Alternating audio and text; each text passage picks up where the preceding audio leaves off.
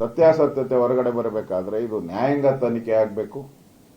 ನ್ಯಾಯಾಂಗ ತನಿಖೆ ಆಗೋವರೆಗೂ ಕೂಡ ಯಾರು ತಪ್ಪಿತಸ್ಥರಿದ್ದಾರೆ ಅವ್ರನ್ನ ಕರ್ತವ್ಯದಿಂದ ಮುಕ್ತಿಗೊಳಿಸಬೇಕು.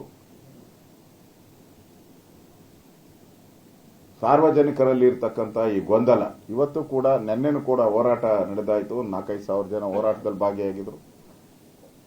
ಇವತ್ತು ಕೂಡ ಹೋರಾಟ ಮಾಡ್ತಾ ಇದ್ದಾರೆ. ಅದರಿಂದ ಜನಗಳಿಗೆ ಗೊಂದಲ ಇದೆ. ಈ ಗೊಂದಲ ನಿವಾರಣೆ ಮಾಡಬೇಕಾದ್ರೆ ನ್ಯಾಯಾಂಗ ತನಿಖೆ ಆಗಬೇಕು ಅನ್ನೋ ಆಗ್ರಹವನ್ನು ನಾನು ಮಾಡ್ತಾ ಇದ್ದೀನಿ. ಮತ್ತು ಈ ಒಂದು ಇದರಲ್ಲಿ ಗುಂಡಿನ ದಾಳಿ ಅನಿವಾರ್ಯನಾ ಆಗಿತ್ತಾ ಅನ್ನೋದ್ರ ಬಗ್ಗೆನೂ ಒಂದು ಯಕ್ಷ ಪ್ರಶ್ನೆ ಬರುತ್ತೆ. ಅವಶ್ಯಕತೆ ಇತ್ತಾ ಅನ್ನೋ ಪ್ರಶ್ನೆನೂ ಕೂಡ ಬರುತ್ತದೆ. ಯಾರೋ ಒಬ್ಬರಿಗೆ ಗುಂಡು ಹಾಕಿದ್ರು ಕೂಡ ಇನ್ನು ಉಳಿದವರೆಲ್ಲ ಓಡ ಹುಟ್ಟಿರೋರು 3 ಜನರ ಮೇಲೆ ಗುಂಡು ಹಾಕುವಂತ ಅವಶ್ಯಕತೆ ಏನಿತ್ತು? 3 ಜನದ ಹತ್ರ ರೈಫಲ್ ಇತ್ತ, ಮದ್ದುಗುಂಡುಗಳಿತ್ತ? ಮತ್ತೆ ಇದುವರೆಗೂ ಕೂಡ ಅರಣ್ಯ ಇಲಾಖೆ ಮಾಧ್ಯಮಕ್ಕೆ ಯಾವ್ಯಾವ ಬಂದೂಕ ಇತ್ತು ಅಂತ ಇನ್ನೂ ತೋರಿಸಿಲ್ಲ. ಅಲ್ಲಿ ಮಾಂಸ ಎಷ್ಟು ಸಿಕ್ತು ಅಂತ ಇನ್ನೂ ತೋರಿಸಿಲ್ಲ. ಅವ್ರ ಹತ್ರ ಏನೇನು ವೆಪನ್ ಇತ್ತು ಅದೆಲ್ಲ ಇನ್ನೂ ತೋರಿಸಿಲ್ಲ ಅವ್ರ ಮಾಧ್ಯಮಕ್ಕೆ. ಇದೆಲ್ಲನೂ ಕೂಡ ಇವತ್ತು ಕ್ವಶನ್ ಮಾರ್ಕ್ ಆಗಿದೆ.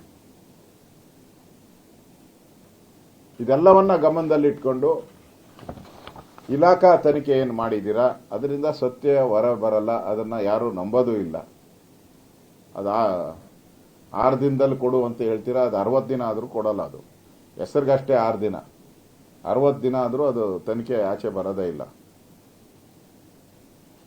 ಅದರಿಂದ ಇದನ್ನ ನ್ಯಾಯಾಂಗ ತನಿಖೆಗೆ ಒಪ್ಪಿಸೋ ಮುಖಾಂತರ ಸತ್ಯಾಸತ್ಯತೆ ಹೊರಗಡೆ ಬರಬೇಕು ಅನ್ನೋ ಆಗ್ರಹವನ್ನು ನಾನು ಮಾಡ್ತಾ ಇದ್ದೀನಿ.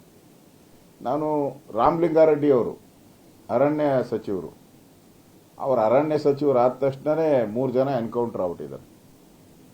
ಅವರು ಇದುವರೆಗೂ ಅಲ್ಲಿ ಹೋಗ್ಬೇಕಾಯ್ತು. ಆಕ್ಚುಲಿ 3 ಎನ್ಕೌಂಟ್ರು, ಒಬ್ಬ ಇನ್ನೂ ಆಸ್ಪತ್ರೆಯಲ್ಲಿ ಟ್ರೀಟ್ಮೆಂಟ್ ತಗೊಂತ ಇದ್ದಾನೆ. ಒಟ್ಟು 4 ಜನ.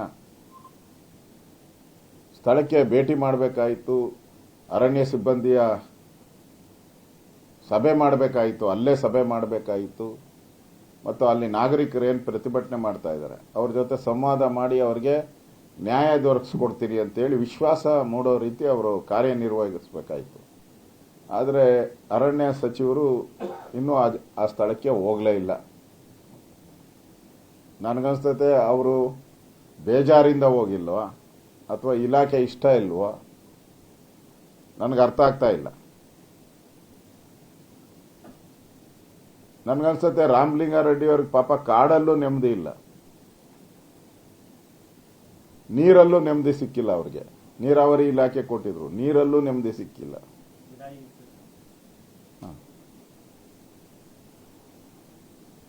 ಆಮೇಲೆ ನಗರದಿಂದನೂ ಅವ್ರನ್ನ ಓಡಿಸ್ಬಿಟ್ರು, ನಗರದಲ್ಲೂ ಇಲ್ಲ ಅವ್ರಿಗೆ ನೆಮ್ಮದಿ.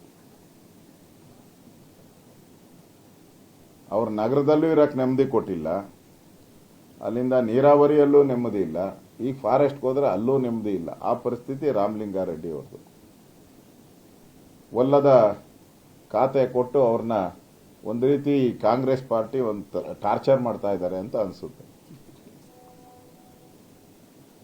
ಹಿಂದೆ IAS ಅಧಿಕಾರಿಗಳನ್ನ ಪದೇ ಪದೇ ಟ್ರಾನ್ಸ್ಫರ್ಗಳು ಮಾಡ್ತಾ ಇದ್ದಾರಲ್ಲ, ಹಂಗೆ ಇವ್ರನ್ನೂ ಅಷ್ಟೇ ಪದೇ ಪದೇ ಟ್ರಾನ್ಸ್ಫರ್ ಮಾಡಿ ಮಾಡಿ ಅವ್ರಿಗೆ ಬೇಜಾರಾಗಿ ಕಾಣ್ತಾ ಇದೆ. ಅದರಿಂದ ಆದರೆ ಕರ್ತವ್ಯ ಒಬ್ಬ ಮಂತ್ರಿಯಾಗಿ 3 ಜನ ಎನ್ಕೌಂಟರ್ ಆಗಿರೋವಂಥದ್ದು ನನಗನ್ಸ್ತತೆ ಹಿಂದೆ ವೀರಪ್ಪನಿದ್ದಾಗ ಬಹಳ ಆಗಿದೆ ಈ ಥರದ್ದು. ಅದು ಕಾಡುಗಳರದು. ಈ ಘಟನೆಗೆ ಕೂಡಲೇ ಅವರು ಸ್ಪಂದನೆ ಮಾಡಬೇಕಾಯಿತು. ಕೂಡಲೇ ಸ್ಥಳಕ್ಕೆ ಹೋಗಿ ಸತ್ಯಾಸತ್ಯತೆಯನ್ನು ಒಬ್ಬ ಮಂತ್ರಿಯಾಗಿ, ಬೇರೆ ಮಂತ್ರಿ ಹೋಗಿ ಅಲ್ಲಿ ಇಲಾಖೆಯ ರಿವ್ಯೂ ಮಾಡೋಕ್ಕಾಗಲ್ಲ. ಸಂಬಂಧಪಟ್ಟಂತ ಮಂತ್ರಿಗೆ ಮಾತ್ರ ರಿವ್ಯೂ ಮಾಡುವಂತ ಅಧಿಕಾರ ಇರುತ್ತೆ. ಮುಖ್ಯಮಂತ್ರಿ ಮಾಡ್ಬೋದು, ಅದು ಬಿಟ್ಟರೆ ಮಂತ್ರಿಗೆ ಅಧಿಕಾರ ಇರುವಂಥದ್ದು ಸಂಬಂಧಪಟ್ಟಂತ ಇಲಾಖೆಗೆ. ಅದರಿಂದ ರಾಮಲಿಂಗಾರೆಡ್ಡಿಯವರು ಕೂಡಲೇ ಆ ಸ್ಥಳಕ್ಕೆ ಹೋಗಿ ಸತ್ಯಾಸತ್ಯತೆಯನ್ನು ಜನಗಳ ಮುಂದೆ ಇಡಬೇಕು. ರಾಜ್ಯದ ಮುಖ್ಯಮಂತ್ರಿ ಮಿಸ್ಟರ್ DK ಶಿವಕುಮಾರ್ ಅವರು ಕೂಡಲೇ ಇದನ್ನ ನ್ಯಾಯಾಂಗ ತನಿಖೆಗೆ ಒಪ್ಪಿಸಬೇಕು ಅನ್ನೋ ಆಗ್ರಹವನ್ನ ಮಾಡ್ತಾ ಇದ್ದೀವಿ.